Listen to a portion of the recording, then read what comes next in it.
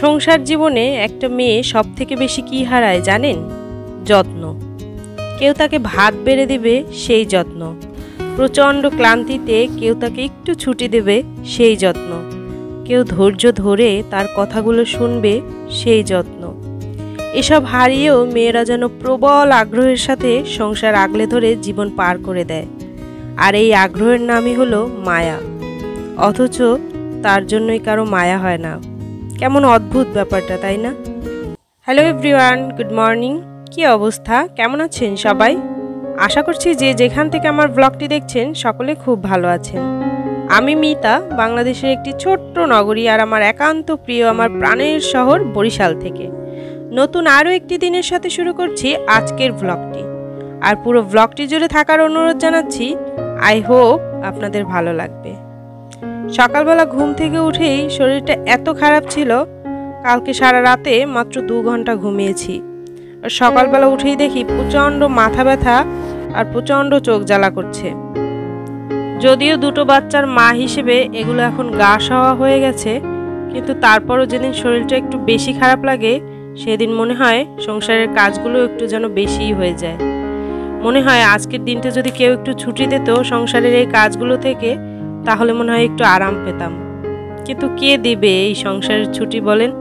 শরীর খারাপ থাক ভালো থাক, মধ্যবিত্ত ঘরের মেয়ে বউদের কিন্তু সংসারের কাজের কোনো ছুটি নেই। যদি একটু উচ্চবিত্ত হতাম বা বিত্তবান হতাম, তাহলে হয়তো সংসারে 10-5টা কাজের লোক থাকতো, আর তারাই শরীর খারাপ থাকলেও আর ভালো থাকলেও এসে কাজগুলো করে দিয়ে যেত।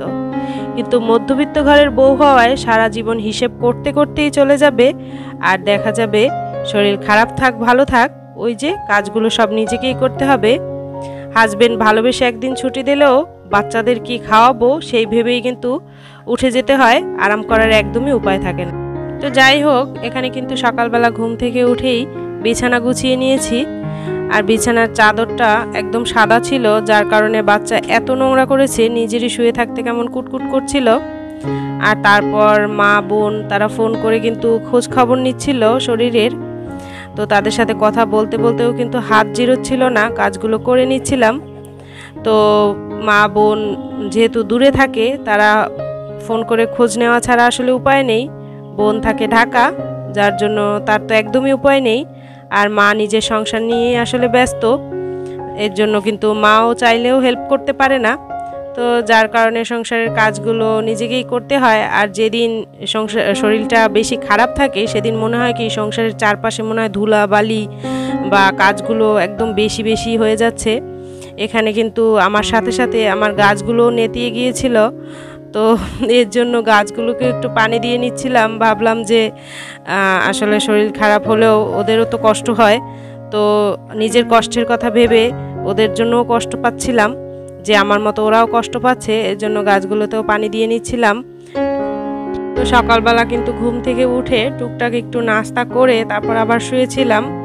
তো বাচ্চাটা কিছুতেই আসলে ঘুমাতে দিচ্ছিল না, তো বাবাটা রাত্রেও কিন্তু খুব বেশি ডিস্টার্ব করেছে। তো জানি না ওর কী হয়েছিল, 4:25 ঘুম থেকে উঠে গেছে, আর যার জন্য কিন্তু আমি ঘুমোতে পারিনি একদমই। তারপর আর এই যে ভয়েস দিচ্ছি, তারাও কিন্তু পাশে বসেও আওয়াজ করেই যাচ্ছে। আমি যতক্ষণ কথা বলি দেখা যায় ওরও মুখ জিরোয় না, ও কথা বলতে থাকে। আর আমার বাবাটা এমনই, মানে ওর কিন্তু ঘুম খুব কম, যার কারণে আমার কাজগুলো করতে একটু কষ্টই হয়ে যায়। তো রাতের বেলাও দেখা যায় মাঝে মাঝে এমন বেটাইমে জেগে যায়, যার কারণে কিন্তু রাতে ঘুমাতে পারি না। আর সকালবেলা তো সংসারের কাজ থাকে, তো এর জন্য ঘুমোতে পারি না। কিন্তু ও তো দিব্যি ঘুমায় সকালবেলা, আর আমার ঘুমের টাইমেই তখন উঠে ডিস্টার্ব করে, যার কারণে আমার ঘুম হয় না আসলে ক্লিয়ার। আর ক্লিয়ার ঘুম না হলে একটা তীব্র মাথা যন্ত্রণা, চোখ জ্বালা করা কিন্তু থেকেই যায়। তো যেহেতু এগুলো বাচ্চার মা হওয়ার সত্ত্বে একটু গা সওয়া হয়ে গেছে, তারপরও কিন্তু কষ্টই হয়। প্রতিনিয়ত যদি এমন হতে থাকে তখন কিন্তু সংসারের কাজগুলো করতে আসলে একটু কষ্টই হয়। তো আমি কিন্তু একটু শর্টকাট করার জন্য এখানে লাঞ্চে আসলে খিচুড়ি রান্না করে নিব। কেন যেন আমার মনে হয় খিচুড়ি মাংস এগুলো রান্না করলে খুব তাড়াতাড়ি হয়, এর জন্য শর্টকাট কিছু একটা করার জন্যই আসলে খিচুড়ি আর মাংস করে নিচ্ছিলাম। আর ওয়েদারটাও একটু মেঘলা মেঘলা ছিল, তো এই কারণে কিন্তু কিচেনে চলে এসেছি। এই যে সব একসাথে আর কি খিচুড়ি বানিয়ে নেব আর একটু মাংস রান্না করে নেব, তো সেই সাথে একটু ভাজাভুজি করে নেব। এর জন্য আর কি পোলার চাল নিচ্ছিলাম। আর আমি কিন্তু এই যে এখানে কাপ মেপে মেপে তারপর পোলার চালটা নিচ্ছিলাম, যেন একটু বেশি না হয়। আসলে দেখা যায় বেশি হলে ওই বাসিটা কেউ খেতে চায় না, আর তখন কিন্তু দেখা যায় জিনিসটা অপচয় হয়। আর আমি তো খুব হিসেব করে চলি সংসারে, অপচয় একদমই পছন্দ করি না। আর এই যে তারপর এখানে কিন্তু ব্রয়লার মুরগির মাংসগুলোকে একদম ছোট ছোট টুকরো করে কেটে নিয়েছি। আসলে ব্রয়লার মুরগির মাংস কিন্তু একটু বড় বড় পিস করে রাখলে সেগুলোতে মশলা ঢোকে না, যার জন্য আমার পরিবারের কেউই কিন্তু এগুলোকে বড় বড় খেতে পছন্দ করে না। এর জন্য কিন্তু একদম ছোট ছোট করে টুকরো করে রেখেছি। আর তারপর কিন্তু এতে লবণ আর হলুদ দিয়ে এটাকে কড়া করে ভেজে নেব। আর তারপর এটাকে একদম মাখা মাখা করে একটু ভুনা ভুনা করে রান্না করব। তো খিচুড়ির সাথে কিন্তু একটু ভুনা ভুনা মাংসের খেতেই আর কি বেশি ভালো লাগে। তো এরপর কিন্তু এটাকে মেখে কিছুক্ষণ রেখে দিলাম আর কি, একটু পরে ভাজবো রান্না করার আগে। আর এখানে কিন্তু তারপর মশলাগুলো পেস্ট করে নিচ্ছিলাম। এই যে এখানে কিন্তু আমি সব কিছু একদম হাতের কাছে গুছিয়ে নিয়েছি রান্নার জন্য যা যা লাগবে আর কি। আর যেদিন কিন্তু আমি ভিডিও শ্যুট করি সেদিন এইভাবে সব কিছু আগে গুছিয়ে নেই, না হলে কিন্তু রান্নার সময় দেখা যায় একদিকে ভিডিও শ্যুট চলছে, অন্যদিকে খুব তাড়াহুড়ো করতে গিয়ে কিন্তু একদম হজবরলা হয়ে যায়। তো যেদিন কিন্তু আমি রান্না করি, ভিডিও শ্যুট করি, সেদিন কিন্তু আমি এভাবেই সব কিছু আগে গুছিয়ে নেই। আর যেদিন ভিডিও শ্যুট থাকে না, এমনি রান্না করি, সেদিন কিন্তু একটা রান্না চাপিয়ে মানে ওটা হতে হতে আর একটা গুছিয়ে নেই। তো এভাবেই কিন্তু ভিডিও শ্যুট করার জন্য আমি আর কি যেদিন শ্যুট করি সেদিন সব কিছু আগে গুছিয়ে রাখি। আর এখানে কিন্তু আমি রাইস কুকারে আর কি খিচুড়িটা রান্না করে নিব। আর রাইস কুকারে কিন্তু খিচুড়ি বা পোলাও এইসব খুব ভালো হয়, যেহেতু এটা একটা স্টিমে রান্না করা হয়, এর জন্য আর কি। তো এখানে কিন্তু আমি একটু পেঁয়াজ দিয়ে তারপর আস্ত গরম মশলা দিয়ে নিচ্ছিলাম। আর সেই সাথে কিন্তু একটু জিরা পেস্ট, একটু আদা পেস্ট, লবণ, হলুদের গুঁড়া, মরিচের গুঁড়াও দিয়ে নিচ্ছিলাম। আর এখানে দেখুন হলুদের গুঁড়া দেওয়ার পর মরিচের গুঁড়ার জারটা নেওয়ার সময় কিন্তু এটা ভেঙে গিয়েছে। তো আমি আগের ব্লগে বলেছিলাম যে আমার মরিচের গুঁড়ার জারটা ভেঙে গিয়েছে, যেহেতু এটা 2 দিন আগের করা শ্যুট, তো এর জন্য আর কি এটা এই ব্লগে আসলো।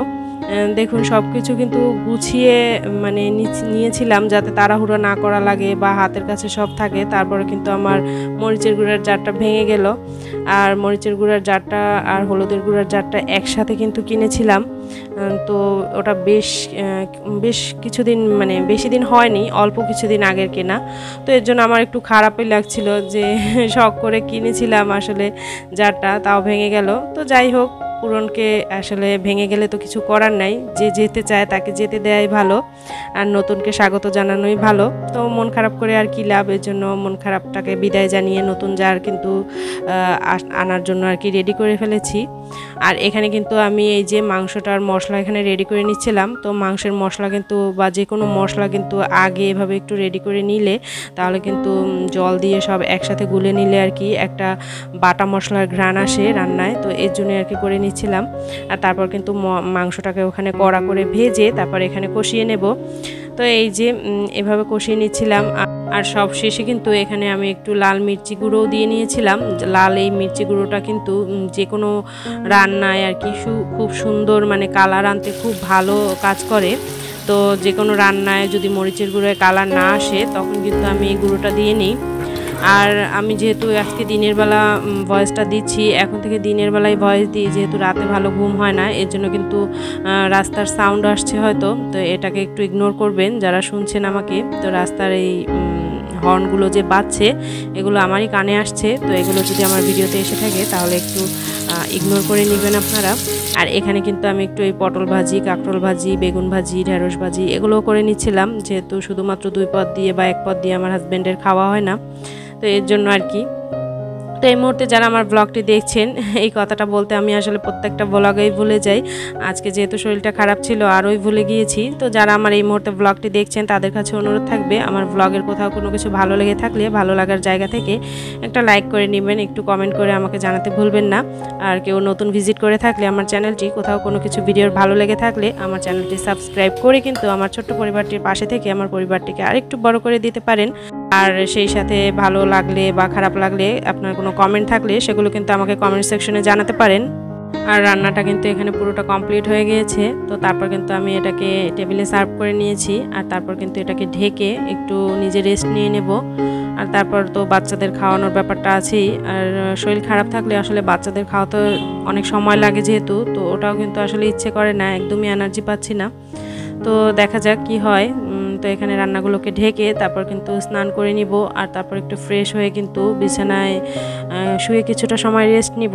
আর সেই সাথে আজকের ব্লগটি এখানেই শেষ করছি। দেখা হচ্ছে নেক্সট কোনো ব্লগে।